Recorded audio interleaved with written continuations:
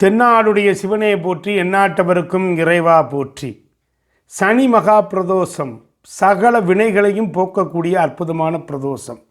சனிக்கிழமை பிரதோஷ காலங்களிலே எல்லாம் வல்ல சிவபெருமானை தரிசிப்பதால் சகல பாவங்களும் விலகி புண்ணியம் சேருகிறது. சகல சௌபாக்கியங்களும் கிடைக்க வேண்டுமா? சனி மகா பிரதோஷத்திலே வழிபாடு செய்ய வேண்டும். இந்திரனுக்கு சமமான புகழும் செல்வாக்கும் கிடைக்க வேண்டுமா? இந்த சனி மகா பிரதோஷத்திலே செய்யப்படுகின்ற தானமும் அளவற்ற பலனை நமக்கு தருகிறது.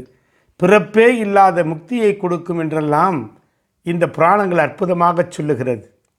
பிரதோஷ காலம் என்பது மாலை 4 மணியிலிருந்து 6:30 மணி வரை. இந்த நேரத்திலே சிவாலயம் சென்று வலம் வந்து ஈசனை தரிசிக்க வேண்டும்.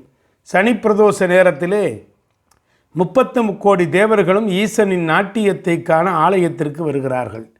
எனவே ஆலயத்தில் இருக்கிற மற்ற சன்னதிகள் திரையிடப்பட்டிருக்கிறது. பிரதோஷ நேரத்திலே மற்ற ஆலயங்களுக்கு செல்லக்கூடாது என்பது கூட ஒரு ஐதீகம். நந்தியம்பெருமானின் கொம்புகளுக்கு இடையே சிவன் ஆடும் நேரமே பிரதோஷம் என்பதனாலே நந்தியின் கொம்புகளுக்கிடையே சிவனை தரிசிப்பதுதான் மிகுந்த சிறப்பை தரும். பிரதோஷ காலத்திலே நமச்சிவாய மந்திரத்தை ஜபிப்பதால் நமது முன்னோர்கள் 7 தலைமுறையினர் செய்த பஞ்சமா பாதகங்கள் அனைத்தும் அழிந்துவிடும் என்று நம்பப்படுகிறது. சனிக்கிழமை உன்னதமான அற்புதமான பிரதோஷம். இந்த பிரதோஷத்திற்கு எல்லா வல்ல நமச்சிவாய மந்திரத்தை சொல்லி வாழ்வாங்கு வாழலாம்.